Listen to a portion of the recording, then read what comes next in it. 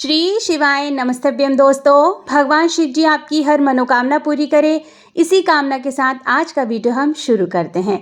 सबसे पहले तो मेरी सभी प्यारी माताओं बहनों को आने वाली वट सावित्री व्रत की ढेर सारी शुभकामनाएं। साल 2025 में 26 मई दिन सोमवार को पूरे विधिवत तरीके से सुहागन महिलाओं के द्वारा अपने पति की दीर्घायु के लिए व अखंड सौभाग्य की प्राप्ति के लिए वट सावित्री का व्रत पूरे विधिवत व धूमधाम से मनाया जाएगा। देवी सावित्री जी ने अपने पति सत्यवान के प्राणों को यमराज से वापस लौटा लिया था।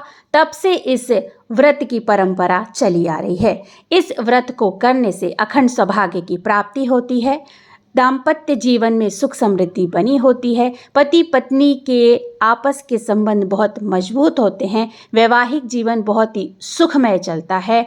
हर सुहागन महिलाओं को अपने पति की दीर्घायु के लिए इस व्रत को अवश्य करना चाहिए। दोस्तों, इस व्रत में बांस के पंखे का बहुत ही ज़्यादा महत्व बतलाया गया है। आज आपको इस वीडियो में बांस के पंखे की संपूर्ण जानकारी, जैसे कि बांस के पंखे का क्या महत्व है, पूजा में हमें कितने पंखे लेने चाहिए, साथ ही साथ अगर बांस का पंखा ना मिले किसी कारणवश तो हमें क्या करना चाहिए, तो संपूर्ण जानकारी आपको इस वीडियो में देने वाली हूँ दोस्तों। तो वीडियो को पूरा ध्यान से अंत तक देखिएगा, सुनिएगा। वीडियो पसंद आ जाए तो वीडियो को छोटा सा एक लाइक कर दीजिएगा, साथ ही साथ अपने ही चैनल को जोर से सब्सक्राइब कर दीजिएगा। देखिए दोस्तों, मेरी ऐसी बहुत सी बहनें होंगी जो इस साल नया व्रत उठा रही होंगी, उनके लिए तो ये जानकारी बहुत ही आवश्यक है। तो ध्यान से सुनिए कि बांस के पंखे का क्या महत्व होता है। ये बात आपको स्पष्ट कर दूं कि इस व्रत में बांस के पंखे का बहुत ही ज़्यादा महत्व बतलाया गया है। इसलिए महत्व बतलाया गया है कि जब सत्यवान जी मूर्छित हो गए थे तो देवी सावित्री जी ने बांस के पत्ते से ही अपने पति सत्यवान को हवा की थी, एक तरह से उनको पंखा झेला था। तब से इस व्रत में बांस के पंखे का बहुत ही ज़्यादा महत्व बताया गया है। मतलब देवी सावित्री जी ने पेड़ से ही बांस के पत्ते को तोड़ा और अपने मूर्छित हुए पति को उसी बांस के पत्ते से हवा की थी। तब से इस व्रत में बांस के पंखे का बहुत ही ज़्यादा महत्व बतलाया गया है।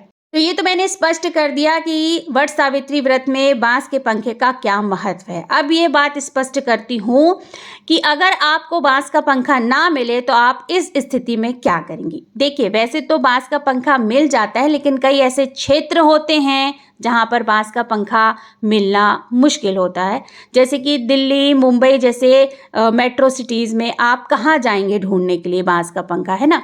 और कई मेरी ऐसे बहनें होंगी जो देश में नहीं होंगी, विदेश में इस व्रत को कर रही होंगी। तब ऐसी स्थिति में आप क्या करेंगे।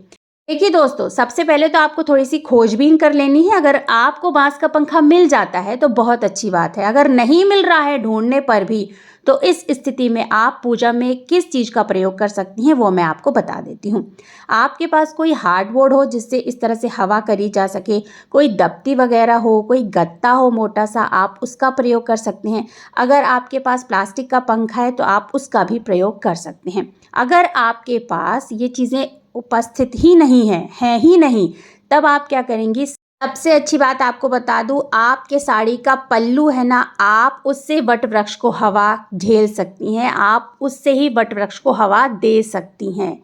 आप अपने चुनरी के पल्लू से जो है वो वट वृक्ष को हवा दे सकती हैं। देखिए, स्थिति के अनुसार आपको कार्य करना है। आपने ढूंढ लिया, आपने प्रयास कर लिया, आपको नहीं मिल रहा है, तो आपको मैं विकल्प दे रही हूँ। बहुत अच्छा माना जाता है, आप अपने साड़ी के पल्लू से या आपने जो शादी की चुनरी ओढ़ के रखी है उसके पल्लू से ही आप जो है वो वट वृक्ष को हवा कर सकती हैं। और वट वृक्ष की पूजा करने के बाद, उनको हवा करने के बाद, आप उसी से, अपने साड़ी के पल्लू से या चुनरी के पल्लू से अपने पति को हवा झेल सकती हैं, पति को हवा कर सकती हैं। दोस्तों, यहाँ पर मैंने आपको स्पष्ट कर दिया है कि बांस का पंखा ना मिलने की स्थिति में आप क्या कर सकते हैं। मैंने आपको विकल्प दे दिए हैं, आपको जो भी विकल्प उचित लगे आप उस प्रकार से जो है वो वट वृक्ष को हवा कर सकते हैं और पति को हवा कर सकते हैं।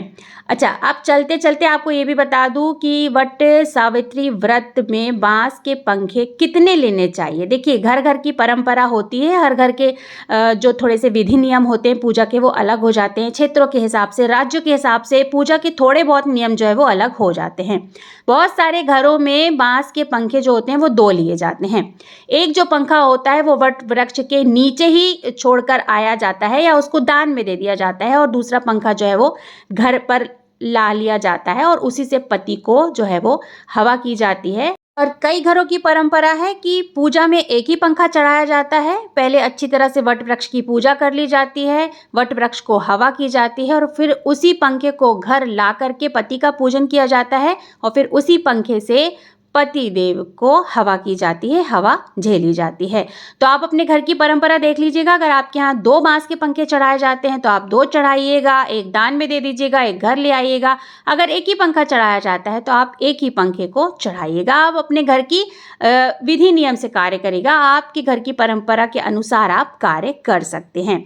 हर घर की परंपरा थोड़ी सी जो है वो अलग हो जाती है। तो आप देख लीजिएगा आपके घर की परंपरा क्या है, 2 पंखे की है या 1 पंखे की है, आप उसी के अनुसार कार्य करिएगा। दोस्तों, यहाँ पर बांस के पंखे से जुड़े हुए सारे सवालों को मैंने स्पष्ट कर दिया है, उनके उत्तर दे दिए हैं। आशा करती हूँ आपको ये वीडियो पसंद आया होगा। अगर वीडियो पसंद आया तो दोस्तों तो वीडियो को छोटा सा एक लाइक कर दीजिएगा, साथ ही साथ अपने ही चैनल को जरूर से सब्सक्राइब कर दीजिएगा।